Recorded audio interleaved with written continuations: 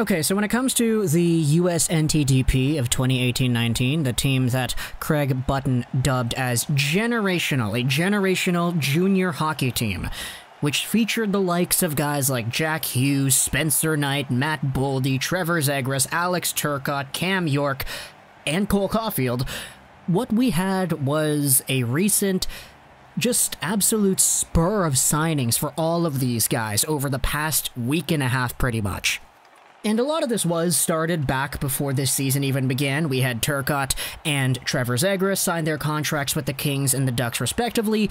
Zegras doing things in the NHL right now, Turcotte doing things in the AHL. But as the NCAA season for 2021 has wound down, what we have is a lot of the other players freeing themselves up, signing their contracts, and going pro after what was for most of them their second years in college. Now we know for Zegras and Turcotte, they played their freshman seasons at BU and Wisconsin, and that was it.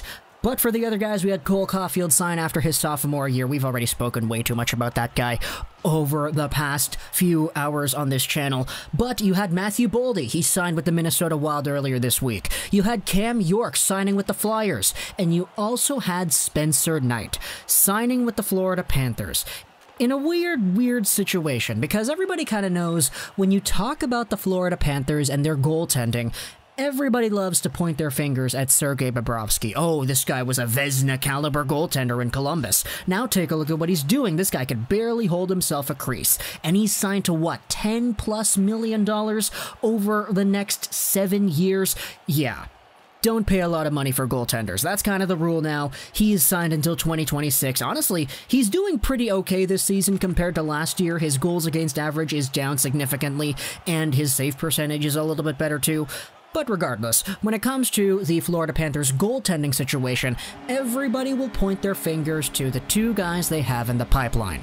Firstly, it's Devon Levi, Canada's own golden boy in net, and the one that was supposed to carry them to the promised land of the World Juniors of 2021. That didn't happen because Team USA was the only team in the tournament to actually crack the Canadian code and find a way to go out there, attack the middle of the ice, and defeat Canada once and for all. Now, the Canadian offense in the World Juniors of 2021 was stopped by the American defense and goaltending that ultimately included the other Florida Panthers prospect that was out there on the ice in net, Spencer Knight. A very interesting goaltending showdown in the World Juniors between Levi and Knight, both of whom were incredible in the statistical categories of the tournament. Devon Levi for Team Canada, posting up a .964 save percentage and an .075 goals against average in 7 games. Spencer Knight had a 1.63 goals against average and a .940 save percentage in 6 games. Levi was on a stacked Canadian team that would just get shutouts and shutouts and shutouts, so you can understand how the statistics favored him. But ultimately, it's Spencer Knight who comes away with the victory. And playing in Boston College this season, Spencer Knight posted up a .932 save percentage and a .218 goals against average in 21 games. He was 16-4-1. In fact, he actually had a better goals against last year in 33 games, where he had a 1.97 with BC, but the save percentage was roughly the same, so things were pretty okay for the sophomore Florida Panthers prospect goaltender who is supposed to be the next best thing after Sergei Bobrovsky. But now that he is signed officially with the Florida Panthers, and we actually have the full contract makeup, things can get really interesting if you want to take a look at the hypotheticals. And frankly, I think it's just pretty weird in general. So, let's go over onto Cap Friendly because they posted up the 3-year entry-level contract plan for Spencer Knight. It's a $925,000 cap hit, a 2.491667 average annual value, as the contract has a total value of $7.475 million. He has an $832,500 base salary. He's got a $92,500 signing bonus. He's got an $850,000 Schedule A bonus for years 2 and 3, and a $1 million Schedule B bonus for all 3 years. Now that's a lot of just mumbo-jumbo. There's a lot of cap stuff in there. It's money, it's entry-level contracts, it's a prospect. He's in the organization now. It's cool. But Cap Friendly revealed what exactly the B bonus is for Spencer Knight that would actually give him that $1 million. Knight has a $1 million Club B bonus for this season if he wins the Conn Smythe. The Conn Smythe.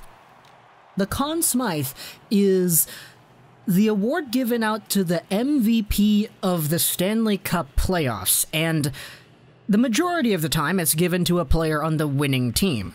We've had Conn Smythe awards in the past where the losing team in the Stanley Cup finals actually gets the trophy, like J.S. Giguère in 2003 or Ron Hextall in 1987, but aside from that, it's usually just the winning team in the postseason that gets the Conn Smythe trophy awarded to one of their players. And Spencer Knight is being put in a spot where if he wins this trophy, he gets an extra $1 million. Now, just the hypotheticals behind this is absolute madness, because if you say to yourself, okay, what if Spencer Knight wants to go out there and get this signing bonus? Well, first off, he's going to need to go out there and establish himself as the #1 starter in Florida now. He's got to be better than Sergei Bobrovsky now. He's got to beat out Chris Driedger, who's honestly been really good this season, now. And he's got to take this Florida Panthers team at the very least, to the Stanley Cup Finals, and he has to be probably the most valuable player on the team leading up to that point, because that's literally what the Conn Smythe is. It's the most valuable player on the team that wins, usually, so the fact that he's got this bonus for 3 years, if he really wants to go out there and do this, hey, the Panthers, man, underdog Stanley Cup champion candidates, are they even underdog at this point? We've noted the entire time how good the Panthers have been. I mean, they're tied with Tampa. Now, Tampa's not playing with Kucherov, that's true, but still, Tampa is Tampa, and they won the Cup without Stamkos. I mean, they won the Cup with 2 or 3 minutes of Stamkos, but the point remains, Florida has been great this year. Part of that does have to do with the fact that their defense, hey, 99 goals against, it is one of the better ones in the Central Division. The fact that Chris Driedger's over here doing really well in net with a .927 save percentage in 15 games, that's absolute madness. So for Spencer Knight to have this signing bonus on his contract, where as a 19-year-old guy, if he wins the Conn Smythe, he gets an extra $1 million, that's like literally winning the lottery kind of material over there. Imagine a rookie goaltender coming in here and winning the cup. Now, I know it's happened before with Cam Ward and Jordan Binnington as of late, and Matt Murray too, but with all the circumstances of Florida goaltending already, and the fact that they just signed this guy out of the NCAA, he is literally only 19 years old. You know, if you want a Carter Hart Part 2, Spencer Knight, man, you want to place your bets? Maybe. We have those award bettings, I think, right? People can go over onto sports betting websites and place some money onto who's gonna win the Cup and the Hart and the Art Ross and all that. Those sites exist, right? Conn Smythe is probably the more difficult one because first you have to get the team right, secondly you have to get the player on the team right. Last year Tampa Bay could have had literally like 3 Conn Smythe winners because it was Kucherov, it was Vasilevsky, it was Hedman, it was Braden Point who came alive in the playoffs. I personally was kind of leaning towards Hedman, so I was happy that I was right there. But if it's Florida next year, oh man, you have to beat out the other guys, Bobrovsky and Driedger first, and then you still have to beat out the Hubertos and the Barkovs and the Carter Verhaeghes, who's honestly doing pretty well this year. I didn't realize Carter Verhaeghe has 30 points in 36 games played.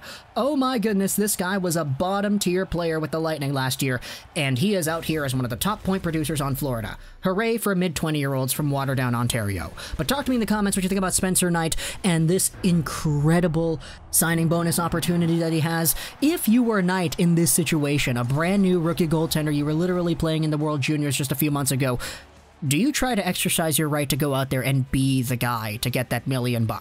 Now, that signing bonus exists for the 3 years that he has on this contract, not just this year, but do you try to do it?